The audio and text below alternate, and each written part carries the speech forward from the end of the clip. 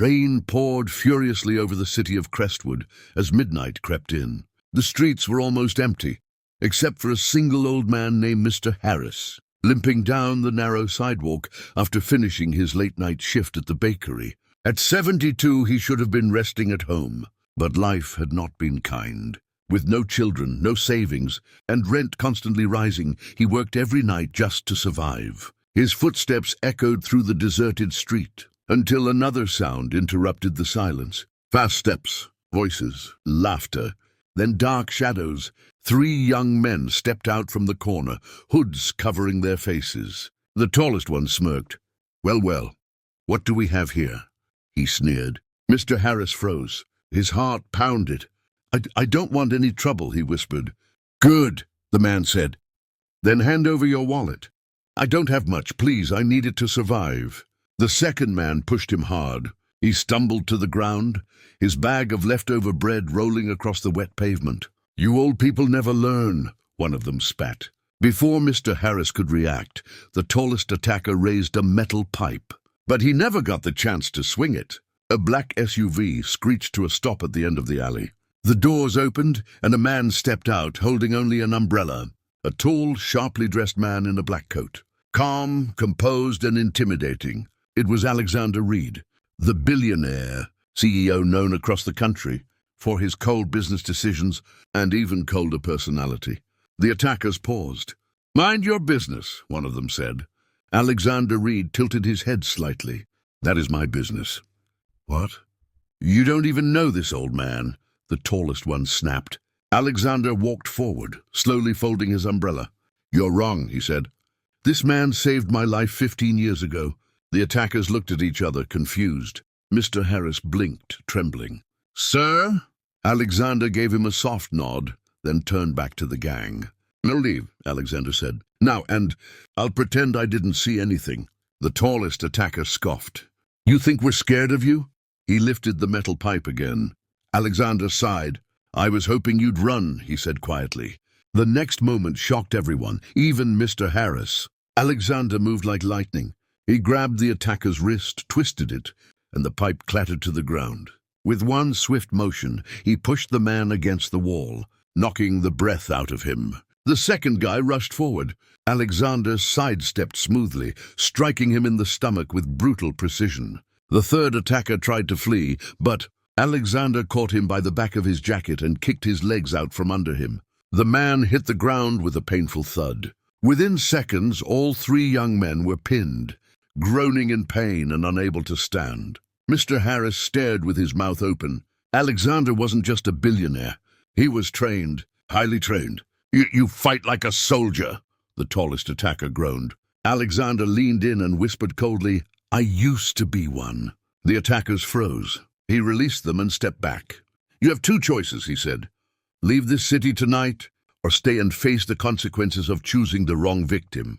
They scrambled to their feet and ran as if death itself was chasing them. Silence returned. The only sound was the rain hitting the pavement. Alexander turned to Mr. Harris, his expression softening. "Are you hurt?" Mr. Harris shook his head slowly. No, sir. I'm just shocked." Alexander walked to the old man, helped him up gently, and retrieved the scattered bread. "You shouldn't be walking home alone this late," he said. Mr. Harris lowered his eyes. "I have no choice, sir. I still work to survive." Alexander studied him for a moment. Then he asked, "Do you remember the year 2009? Mr. Harris frowned. 2009? That's many years back. "You lived in Cedar Ridge then, didn't you?" "Yes. How did you—" "You found an injured teenager collapsed behind your bakery," Alexander said softly. Mr. Harris's eyes widened.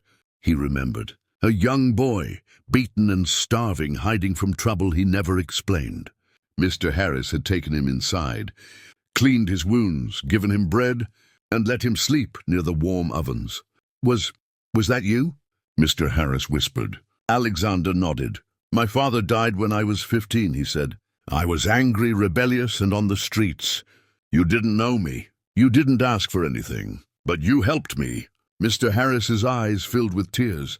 "You gave me bread," Alexander continued. "And you told me something I never forgot. No man is too lost to start again." Mr. Harris covered his mouth. That night saved my life, Alexander said. I cleaned myself up, went back to school, and eventually built everything I have today. The old man was speechless. Alexander waved to his driver. Bring the car, he said. Mr. Harris panicked. Sir, please. I didn't help you, so you do something for me. I know, Alexander replied gently. That's why I must. The driver came with an umbrella and opened the back door of the SUV. Come, Alexander said. I'm taking you home. But, sir, no more walking at night, Alexander said, ever. Mr. Harris slowly entered the warm car. As they drove, Alexander looked at him. Where do you live? He asked. A small room near the bakery. But I'll manage. Alexander lifted a hand. You're not going back there.